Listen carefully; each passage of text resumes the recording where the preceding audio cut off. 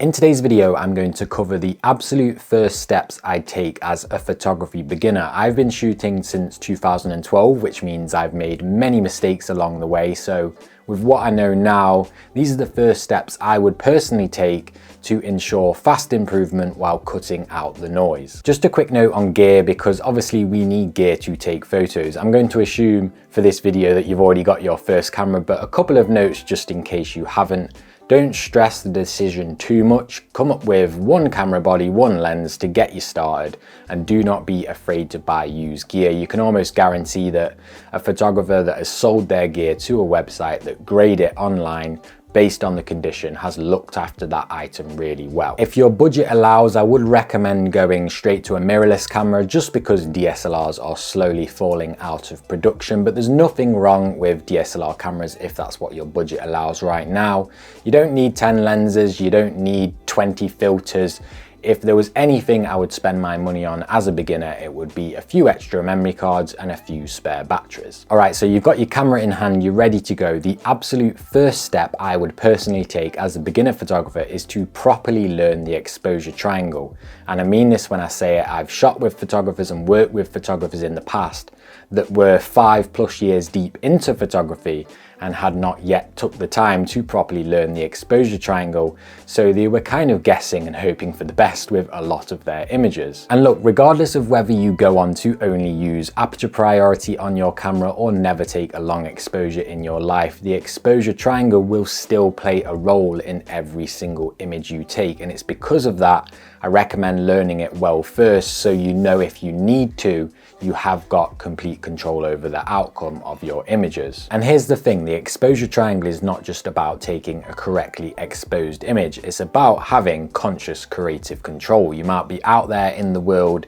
and decide you want to take a photo with a bit of motion blur. You might decide you want a blurry background.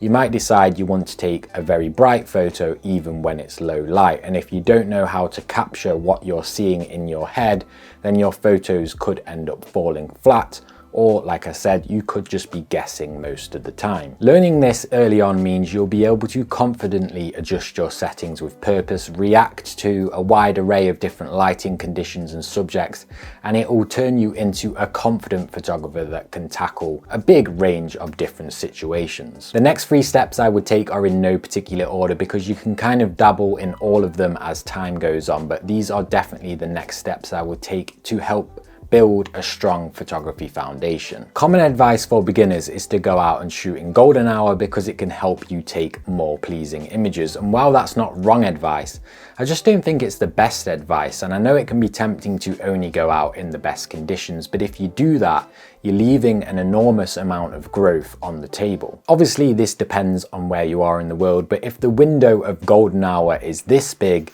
the window of the rest of the day with a wide array of changing conditions to practice in is this big. So you're missing out on all of this time you can be practicing with your camera and learning that exposure triangle and adapting to all the different types of conditions out there if you only shoot in this window. What I would do looking back now is work my way through all of the conditions, all of the weather scenarios, all of the locations, and all of the times of day. Not only does this set you up to help you figure out what conditions you actually like shooting in, but it also arms you with the best photography knowledge out there, and it's what looks good and where to go in what conditions rather than only sticking to one particular time of day. Some people are blessed with all the free time in the world and can go out and shoot every sunrise, every sunset. Other people can't. Other people have life responsibilities. They might only get 2 hours on a Saturday afternoon to take photos. So arming yourself with this knowledge of where to go and how to react to all the different conditions a day can offer, I feel is one of the strongest things you can learn. We've also then got all the seasons throughout the year that also has a huge impact on your photos. Autumn colors are completely different to spring colors, and winter light is not the same as summer light. So if anything, I would spend my full first year as a beginner photographer experiencing every possible conditions throughout all of the seasons and taking in all of that knowledge. Hopefully by the end of it, you won't be saying I can only shoot here at this time, and instead you'll be adapting to what you're dealt with. While you're doing this and you're out there and you're shooting in all the conditions you possibly can, I would also start trying to learn all of the photography guidelines. Much like the exposure triangle, I've worked with photographers in the past that had no clear understanding of the rule of thirds or inner frames or negative space or leading lines, and it became very apparent when they were framing up shots or getting stumped by a particular scene. Getting these guidelines under your belt and learning them early will help guide your first few photos while you're still learning the ropes, but of course there'll be many opportunities in the future where we want to confidently break them. They don't have to be present in every single image we take, they're just there to help us and guide us. However, you will find that as you go on and on in photography, we still do lean on them quite a lot. We break them as much as we use them. I do think it's one of the simplest steps to take you away from just recording what's in front of you and framing up images with intention. So learn those guidelines, tick them off as you go, and don't be afraid to break them when you need to, but they're always there when we need them as a helping hand. Okay, so you're out there shooting in a wide array of different conditions. You're using the guidelines to help you understand framing. At this point, I would also start dabbling in a bit of light post-production, regardless of whether you go on to only shoot JPEG in the future, regardless of whether you go on to use film simulations. I still think having at least a basic knowledge of post-production under your belt is unbelievably valuable. And not just because of what we actually use editing for, which is to give our images a bit of an uplift or a bit of a cleanup, but getting those images on your computer and viewing them on the big screen inside an editing suite will also actually massively help you behind the camera as well. As you start messing around inside editing programs, moving the shadows around, boosting the highlights and all of that stuff, it's going to allow you to see which parts of which images are made up of which variables. Editing colors in editing programs can give you a better idea of color theory, and then you can take that into the real world and properly look for colors that harmonize together. Cropping your images can even improve your framing in camera, because when you crop in post, it gives you a better idea of what you do and don't want inside of your frame. A warning about post-processing though, because this is a big mistake that I made early on. It's very easy for us to sit at home and become a great photo editor and watch loads of editing tutorials and let our skills behind the camera fall behind and forget about improving at the actual photo taking part. You want to try and keep them in line with each other, because at the end of the day, there's nothing wrong with being an incredible photo editor, but you cannot polish a turd. Oh, by the way, when you do start dabbling in a bit of light post-production, I would also say this is a good time to set up your folder management system, your photo archive on your computer, whatever you would like to name it, because the sooner you get them folded up and organized nicely, the better. You don't want to get years into photography and then have a bunch of chaos and photos to clean up from many years of shooting. I have a couple of editing and workflow videos here in my channel, so I'll link the playlist in the description. If you have time, you can check them out at a later date or after this video. So we've covered getting comfortable with your camera, shooting in all types of different conditions, and even a bit of editing.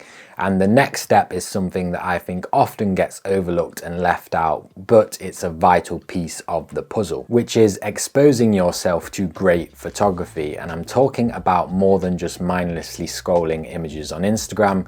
You want to be looking at photo books, digital designs online, exhibitions in person if you can get to them, and I may be biased, but long form YouTube videos or documentary type videos about other photographers. Think of it like this: you can learn all the rules of grammar for a particular language on the internet, but you might not be able to become a fantastic writer in that language until you've read fantastic literature. And I feel photography is the same as that, or it at least puts you on a faster track if you absorb and consume the work of the greats. And this isn't just about finding inspiration, although it's a huge part of it, but another big part of it is that it shows you what's actually possible in photography. It gives you a good understanding of what great photos are, and great photos that find themselves into projects and publications.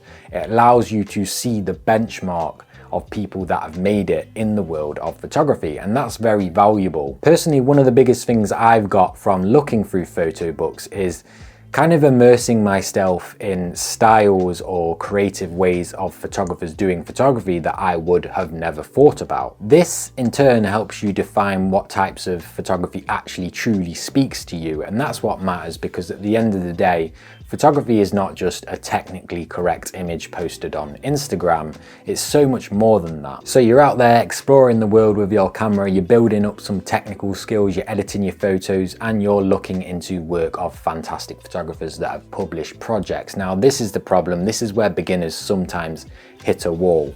And this is where I would personally recommend starting a personal photo project, or at least setting yourself some challenges month to month or year to year. Now you might be thinking, a photography project, is that not what you do when you're 10 years down the line and you're a pro? Well no, you can set a photography project whenever you want. There's no rules around it, and there's a reason why if you do photography in school, I never did, but if you do, you'll be set a photography project very early on, because it's one of the greatest ways to learn and get better and move past just sporadically taking photos. Of course, there's nothing wrong with just sporadically going out and taking photos because you feel like taking photos. I kind of do a mix of that and project work as well.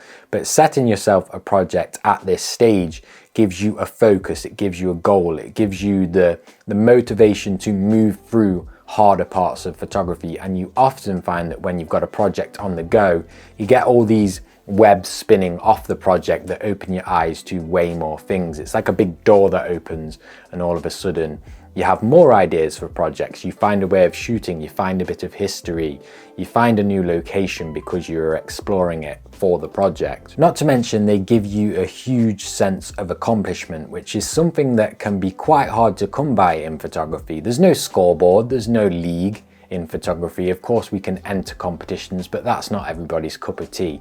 So a project can be that thing that gives you the motivation, keeps you working, and at the end of it does make you feel really good when you've got this finished piece of work. Plus they're just cool, man. It allows you to express yourself in photo form, and the great thing is you can pull other interests of yours into the photography project.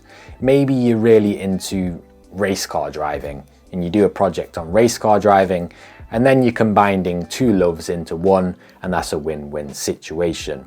I've also got a couple of videos on my channel about starting projects or photography challenges you can set yourself. I'll also link them in the description if you've got time to watch more videos or you want to come back and watch some more. But that's going to be it from me in this one. I hope you enjoyed. These are the first steps I would take looking back now as a beginner photographer to improve and cut out all of the noise out there that's on the internet. Thank you so much for watching. I'll see you in the next one.